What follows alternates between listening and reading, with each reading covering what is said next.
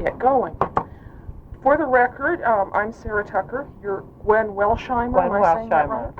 right? This is an oral history interview for the Kansas Women Lawmakers Oral History Project. You are aware of the fact that it will be used for publication. Yes, I am. Thank you. Now, you are recently elected. 1990 was the first time. Yes, for the 91 session. I was elected November of 90. And you are representative from Wichita, District 88. I would like to start with your getting into politics. Even before I do that, would you tell me, why are you a Democrat? Perhaps I should record that Mrs. Welshimer's mother is here, and she looked at her mother and laughed. I'm not sure I know what that means. Well, I was raised in a very staunch Democrat family, and it became a natural thing for me. And I'm very comfortable with most of the Democratic philosophies. There are other people in our family who are members of the Republican Party, but I seem to have inherited those feelings. So you're a lifelong Democrat? Absolutely. Absolutely.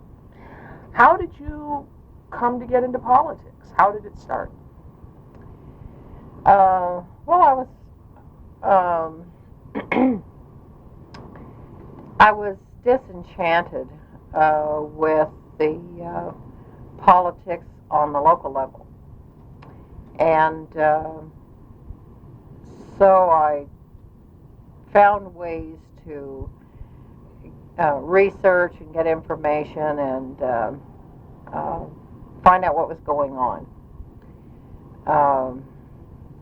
And the more information that I found, the hungrier I got for more. And I worked on the county level and learned their systems. My background was real estate and appraisal. And when the new taxing system came about, I went into the department on a temporary basis and learned the system, the old system and the new system. And all the politics involved is what seemed to scramble it up. And then when the reappraisal was done, I formulated a little real estate school that I had accredited by the Kansas Real Estate Commission. And I took my classes on the system and public records and rights to open and accessible government to real estate people or for credit, licensing credit, or anyone else who wanted to come. I conducted those courses all over the state of Kansas. And it had a never-ending road, and it was the most interesting and exciting thing that I have ever done. I had hoped to run for county clerk on the local level, because to me that was a job that I was really cut out for. But there was no opening for that at that time. It was another 2 years away, and we had an open seat in our district for the legislature, and the Democratic Party asked me to run. And I told them, I said, what does it pay? And with that response, I said, do you think I'm crazy? Anyway, you could see how it turned out. I did run. I love it up here, and I love all the people. It is the most wonderful atmosphere to be in. Even though you have large salaries in the county, you don't get this atmosphere. And here I am, and I want to stay. Fascinating. Why do you think they asked you to run? Did they tell you why they asked you to run? Yeah, they needed a candidate in that district, and the biggest issue was taxes, and that was my background. Very interesting. Did you have a fight for the nomination? I take it No. you didn't. I had no primary. No primary. My fight against my opponent for the seat. And your opponent was Paul Roselle. Roselle. Okay. Yes, and I was a women's choice candidate, and he was in the opposite politics. And believe me, it was a bitter battle. I bet it was. It was a very bitter battle. Many things were underhanded. For instance, I found one of my someone brought me one of my campaign signs. A lot of mine had been disappearing. And someone brought me one of his campaign signs, and his were the same size and color as mine. They lifted up the sign, and mine was under it. He was putting his sign, he was just taking my signs and sticking his on top, putting them up. Well, that's inexpensive. And, you know, all these little things over how I was a pro-abortionist and all this, and was trying to follow me around the districts, but you won. I won. And quite handily. And I want to tell you, in his letter, which came a couple of weeks later, a little note of congratulations. It said, the opening words were, "I lost because, number one, I'm a Republican, and number two, I'm a man." And I thought, hooray, have we come a long way? Every time we complain about how far we haven't gone, we need to remember how far we have come, I think. Isn't that right? That's right. Well, aside from him being a man and a Republican, why do you think you beat him? I think I worked harder and I had more support. I had more party support and probably a little more money. Okay. That's interesting. You had party support and money. Not every woman seems to have gotten a lot of this. Is this Wichita area, or because of your contacts? Or? I would say that what put me over on the contributions was the women's groups. When I checked my opponent's financial statements, they were a matter of public record. His side of this issue did not contribute. Very interesting. I am interested in you're talking about women's groups. This is something we find a lot, that women's long-time contacts with groups are a great strength. I see from what information I have on you that you are part of the National Organization for Women, Progressive Democratic Quorum, and so on. I also see the Sedgwick County Federation of Women's Democratic Clubs. Can you tell me which groups you felt were most useful, exactly what they did? Well, those clubs are probably half the membership is unique only to that club. The other half is in some of the others as well. So I really can't say. A lot of my walking and campaigning came from the Progressive Democratic Quorum. Other support, fundraising, and mailing preparation and so on came from West Side Democrats.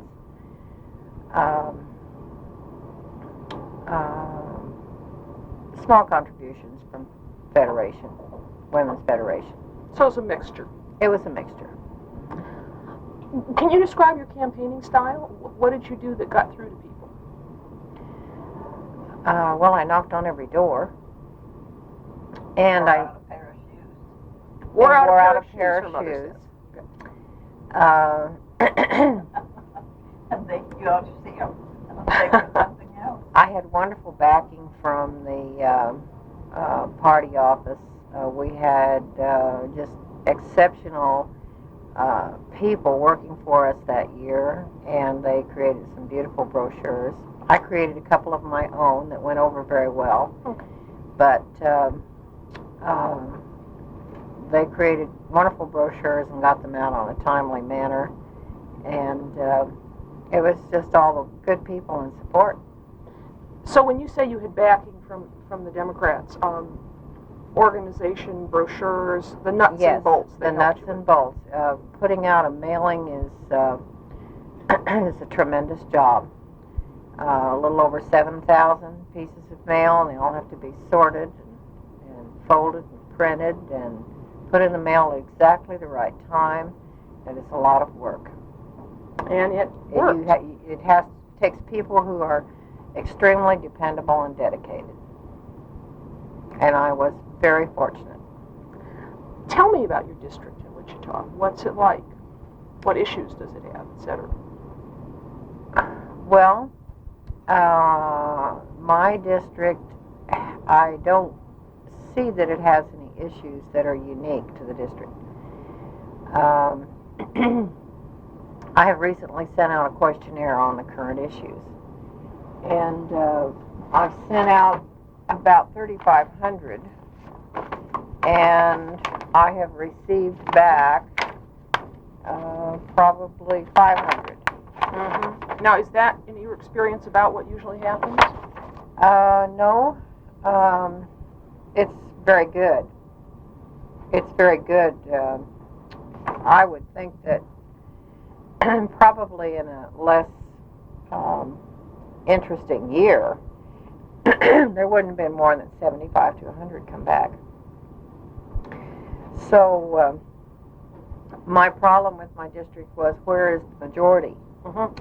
And I anticipated that I would not get any sizable majority on any one of these issues. Uh-huh. But I have, and it's all turned out wonderfully.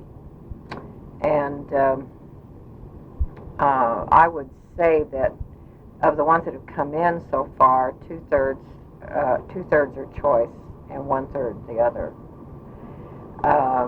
My district is also, they don't mind new taxes if we have to have them to solve our social problems.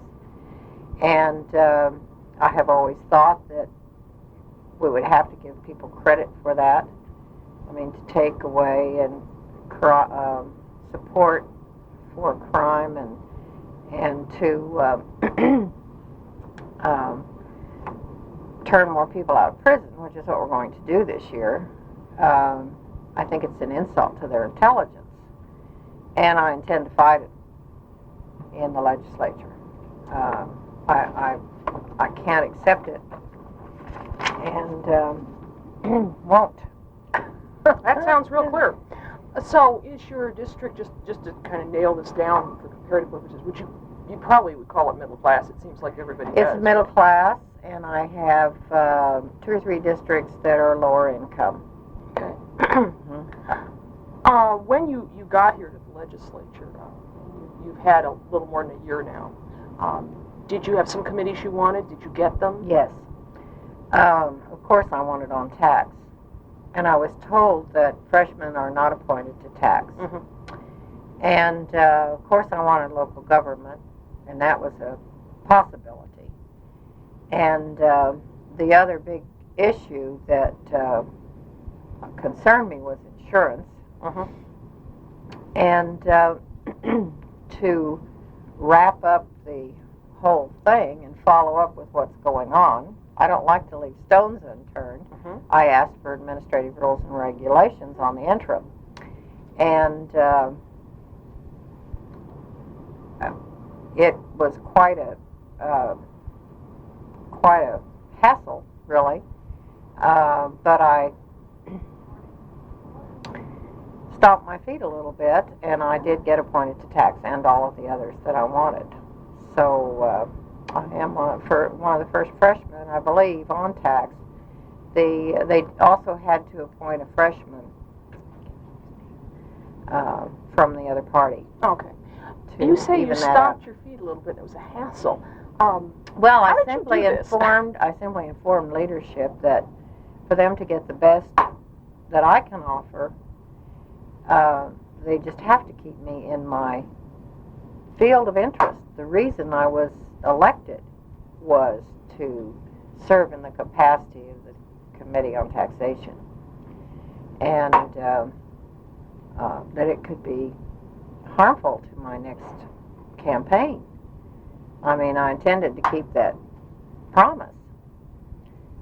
And since leadership is democratic by a smidge, Right. That's right. you were able to make your case. That's right. They decided that I had good reason. I'm impressed. Tell me, do you think, how do you see your job here in the legislature? And how do you go about getting it done, whatever it is?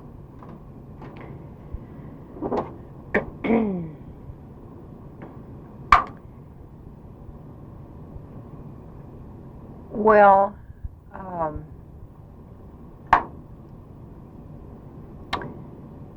I see my job as one of accomplishing things that I feel very deeply are right for everyone.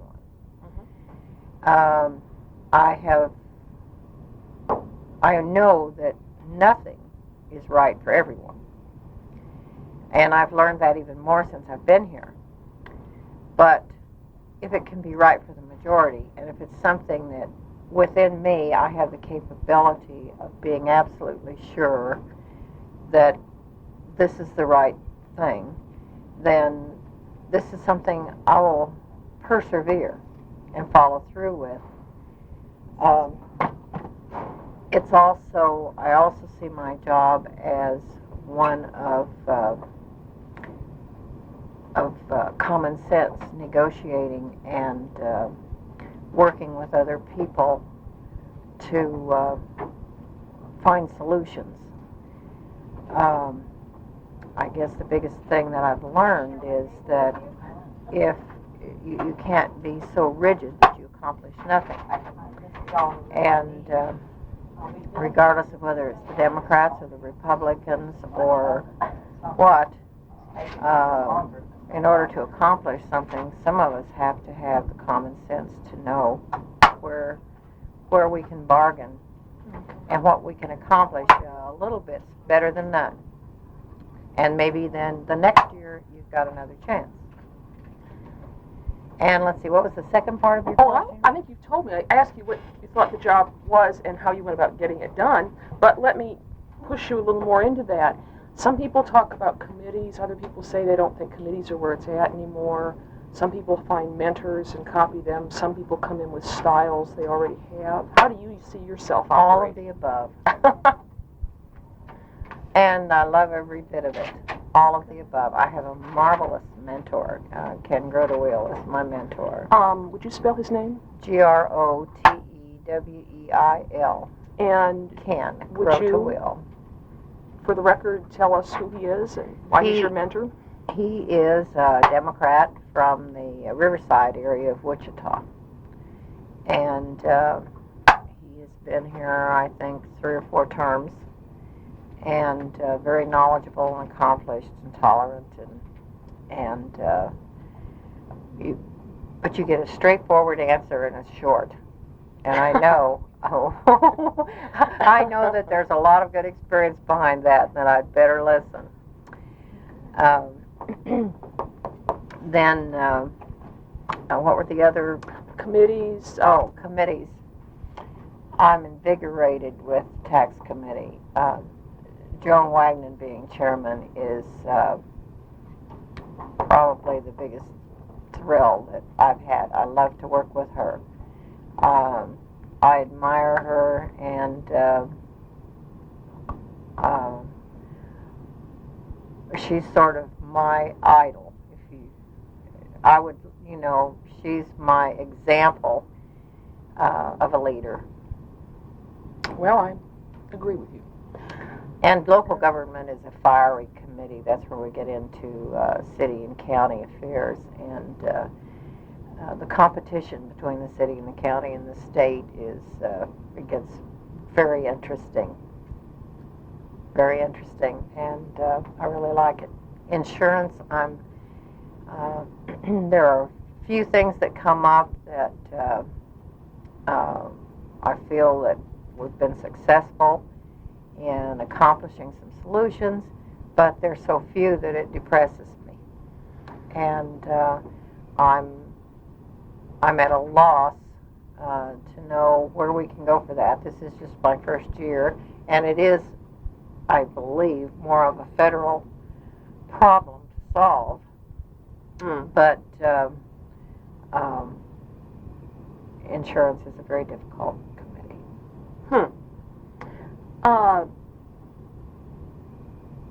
There are now 45 women in the Kansas legislature, 36 representatives and 9 senators. You haven't seen it in the old days when there were very few, but you have been here a year. You have probably some impressions of how women operate. What do you think? Do you think it matters? Do women operate differently than men? I don't see the slightest difference in them, honestly. Okay. I don't ever feel that I'm set aside because I'm a woman, other than when we start voting on women's issues. Last year we wanted to put a woman on boards that mainly dealt with women, and I do have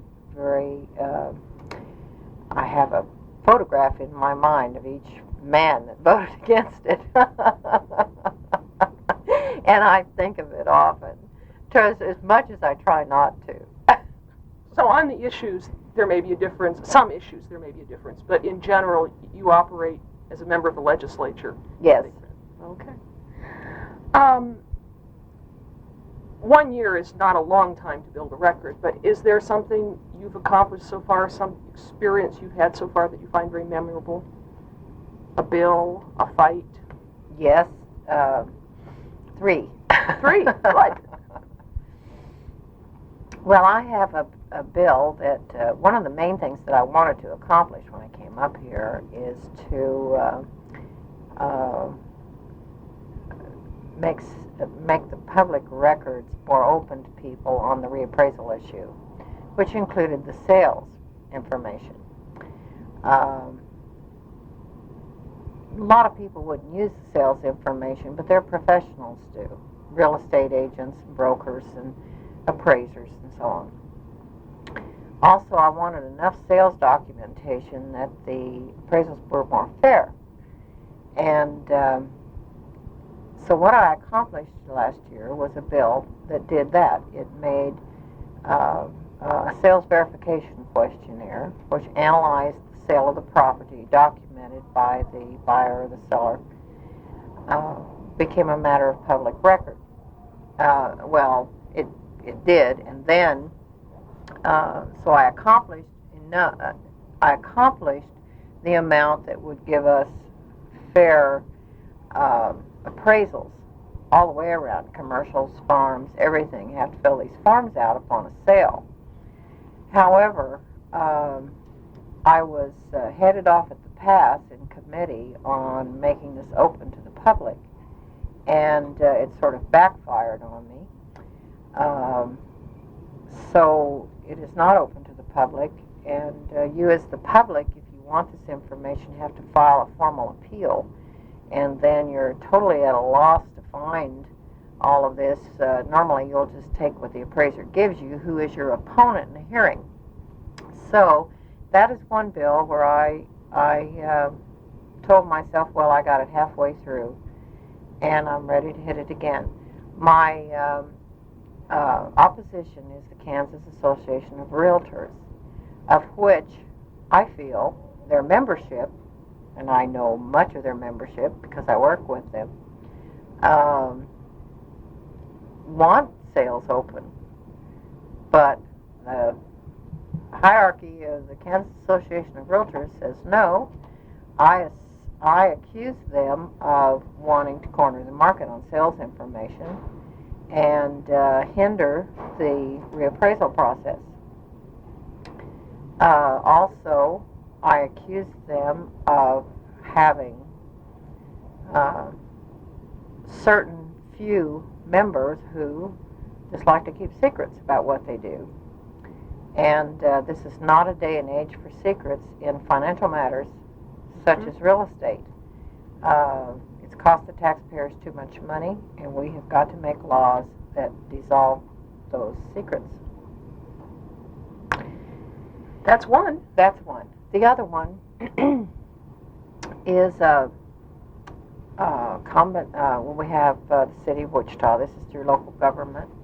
We have a condemnation bill that was supposed to be for tearing down ratty old structures.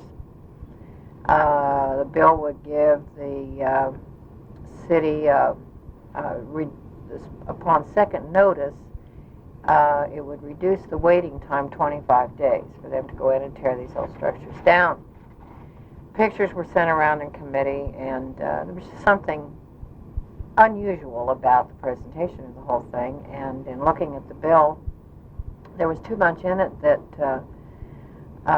raised a red flag in my mind, so I asked that it be tabled. And so I spent the summer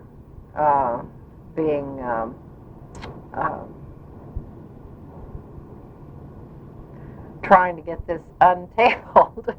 And it has a clause that says that the city can condemn, go in and repair, and charge the owner. And it only leaves the owner a very short period of time to get a loan to pay that. So it's just an open vehicle to acquire someone's property. Well, the city says it's the Historical Society that wants this repair. But still, I was very concerned about it because we're having downtown development in Wichita. And it seems that most bills have to do with this. And I was afraid for property owners there. We have a building there called the Alice Hotel. Okay. And the city wants that, to tear it down. Well, it's a very unique old building. And Wichita's landscape and style is these old historical buildings. And every one we lose is like pulling a tooth. It's tragic to lose any of them. It's the value of our, maybe we don't have any people down there, but we do have beautiful old buildings. And we do have modern buildings nearby that could be used for this purpose.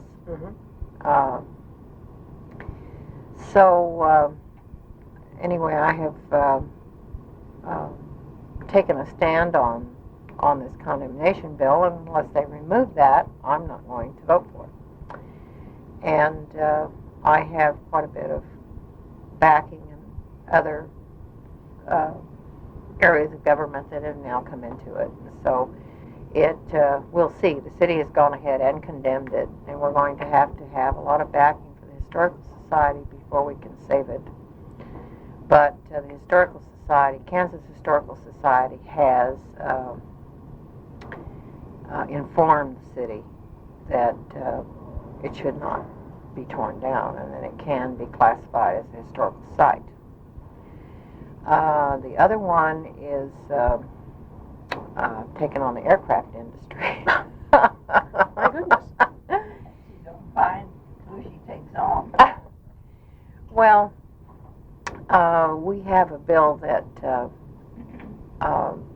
we passed in local government that gave the airports an exemption for businesses improvements on the airports. Wichita Airport has a hotel and several service businesses that service the airport. And they have been fighting a battle for years with the county, the city and the county, over paying taxes on those improvements because they are leased out or owned by private business. And back, I think when this started, that amounted to about $200,000 a year to come into the tax coffers for the county. Since then, the county decided not to fight the battle anymore. It's all in one pocket or out the other, I guess. So without the county fighting the battle, there was nothing for us to hold on to. So we passed temporarily the exemption, which will be looked at again this year. In the meantime, myself and other legislators asked for something in return. So what we got in return was a member of the county commission, or an appointee thereof, to be put on the Airport Authority Board. Then the other was that the county may, at its discretion, create a special assessment district on any of the outlying areas, or any of the outlying areas of the Airport Authority, and industrial districts as well. And those two bills passed. Then shortly thereafter, one of the aircraft companies came in to committee with an amendment that said, "But not us." And I said, "Oh, wait a minute." It was presented. This is just a technicality, something that was left out of the other bill, and that always just, oh no, everything amounts to money. And so I got that one tabled too, and I went round and around and around this summer over that. But it's a very small thing to say for the taxpayers. This aircraft company is going to put in build a whole new route through their industrial district, take it underground, and put a runway over the top. And I thought, well, you can pay for that, not my district, and not the taxpayers of Wichita. So that is yet to be settled too, and that's going to be a battle. So I got 3 battles really going on: the city, the aircraft industry, and the Kansas Association of Realtors. What? Seems enough work for 1 year. Well, if I can just win one, that'll be great. I'm impressed. Might I assume you're planning to keep on doing this if you can? Absolutely. I certainly hope so. But I'm prepared. If not, I'm prepared to cry for 30 days and get back with life. I think you have to have that style to do politics. I do think so. I would say you appear to have a real eagle eye for political things, as well as a zest for it. So I would like to move over to your private and family life, as much as you're willing to do. Normally I don't have someone's mother sitting there when I say, the family you grew up in, did this give you this kind of... I'd say it did. Tell me about where you come from, where you grew up. Well, my father and mother... Okay. Okay. My parents were born and raised down in Labette County, Kansas. It's down in the southeast corner of the state. Their parents came to Labette County by covered wagon. Is that right? Covered wagon? In the early days. Early days. From Illinois. From Illinois. Pennsylvania to Illinois to Kansas. Pennsylvania to Illinois to Kansas. About when was this? Oh, it's been in the late 1800s. Late 1800s. So my family is very much rooted in Kansas. Yes. My parents moved to Wichita when World War II began. Ah. And so I was, well, let's see, went to New York for a short period of time before the war. They were friends with the first Western entertainer. His name was Carson Robinson. He's written a lot of the Western songs, and he came from there. Yes. And he came back from New York. He needed help with his estate and so on. This was during the Depression. And he took my mother and father with him to New York. And they ran his home and his estate and kids and family and so on until World War II began. But I was born in New York as a result of that. And then when World War II began, a lot of things changed. And we all moved back here to work with the war effort. And That was fun for Pearl Harbor. Pearl Harbor, yes Uh-huh. indeed. And so I was about 5 years old when we came to Wichita. So all of my school years were in Wichita, and I graduated from North High School. And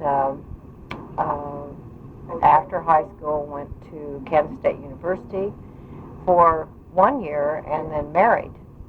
And then had a child a year later, which prevented my going back.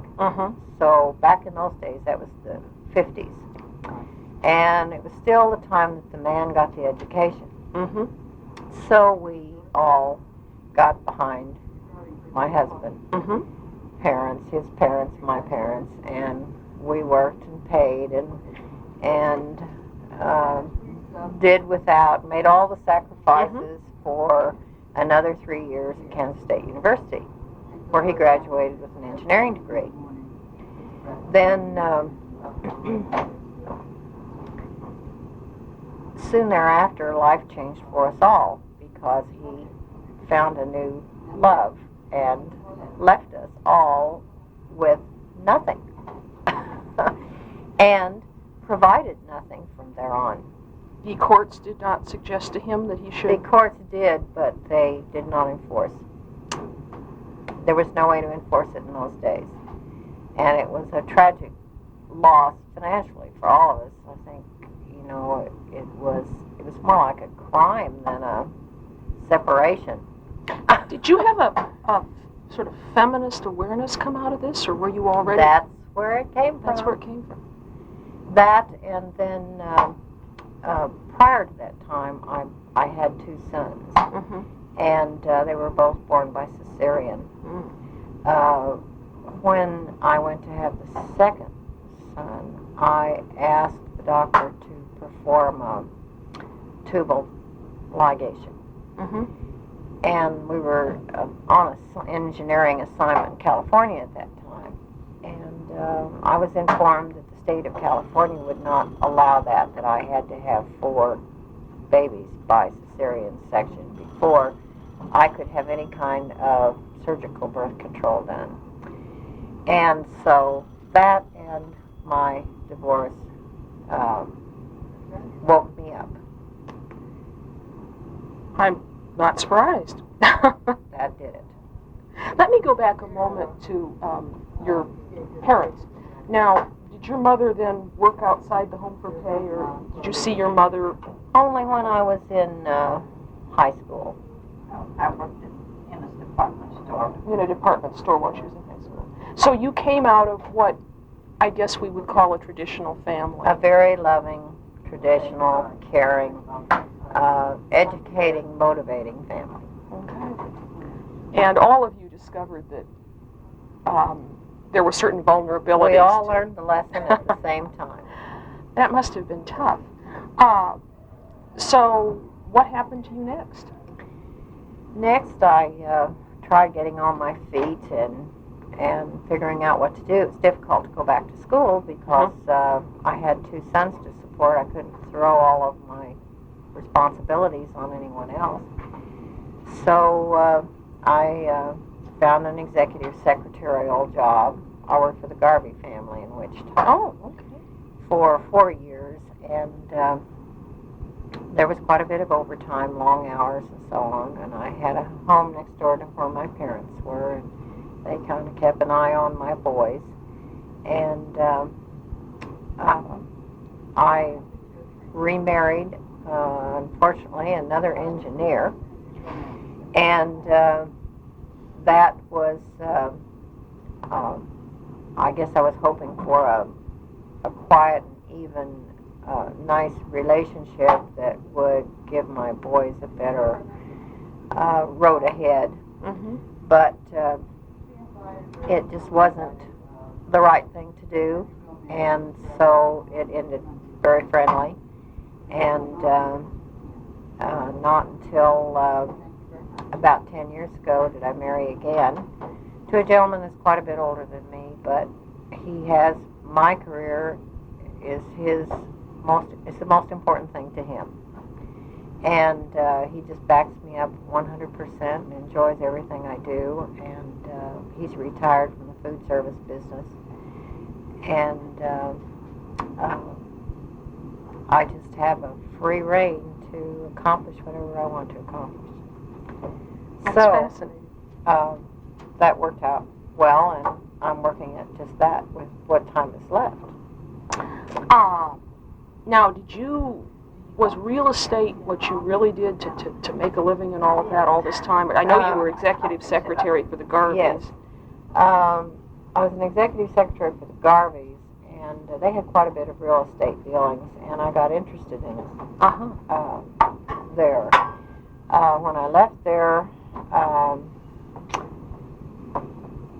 I got a real estate license and worked in real estate, and totally supported the whole family from then on, even the second husband, with just real estate commissions. And then real estate came to a dead standstill back in 85. 85, yeah. And that's when I went down to the county to see how things were moving along, what was going on in politics that had to do with the government getting into the appraisal business and so on. That's where I became interested in appraisal. I took a lot of appraisal courses, and I have used that appraisal knowledge during the times that we're not in session. I do real estate appraisals. It's easier to manage then. Because that's what I wanted to ask you next, was that so many people have so much difficulty supporting themselves while being in the legislature because I've never had that difficulty. I'll find a way, one way or the other. I'll always find a way. I have enough skills in different areas that I can go one place or the other.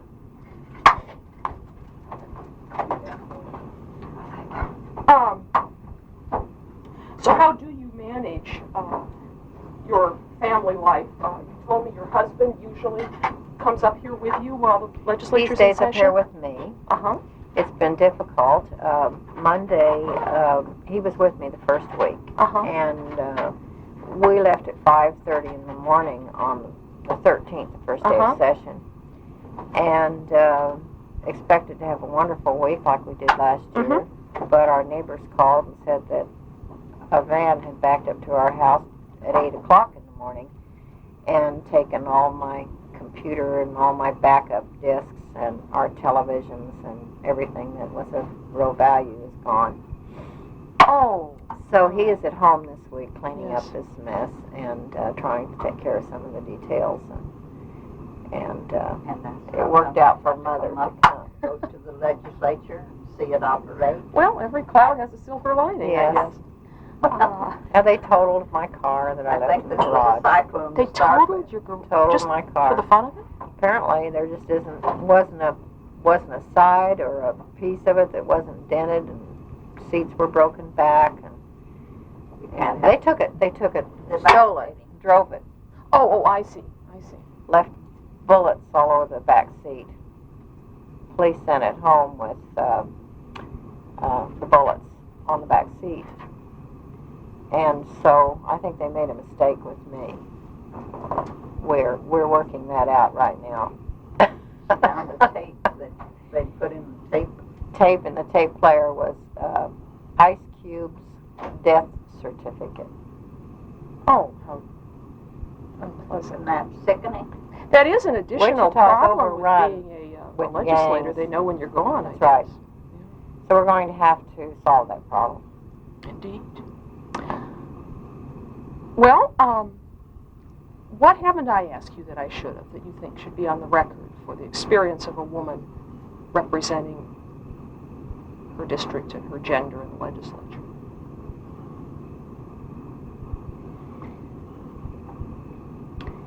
Well, I don't know if there's any facts in particular.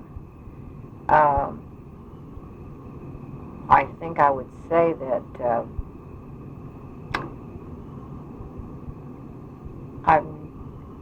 I guess I could attribute success, if you want to call it success, to never accepting being told that I'm a woman or that I can't do this. Never accepting the defeat of giving up to a man. For instance, That's when I was right. at Kansas, Never give up. when I was at Kansas State University, I was there were three women in the business administration curriculum, which had a meeting of everyone who was in that curriculum once a week. And we were told to leave and get out of it. It was no place for women. That was in 1954. Well, actually, the 53, 54 year. It always made me more determined than ever. And I would say that plus perseverance. If I know I'm right, I won't give up. What do you think gave you this sense of self? I don't know. I think maybe I inherited it. I should add for the record, she was looking at her mother when she said that. Well, this has been wonderful. I want to thank you. Before we end, I'm told that I should ask about your oldest son. In fact, I should ask about all your children. What are they doing with themselves? Well, my oldest son, through all of these trials and tribulations,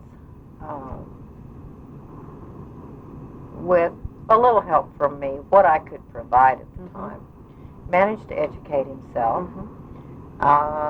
night school and what have you, and he got a degree in electronics engineering.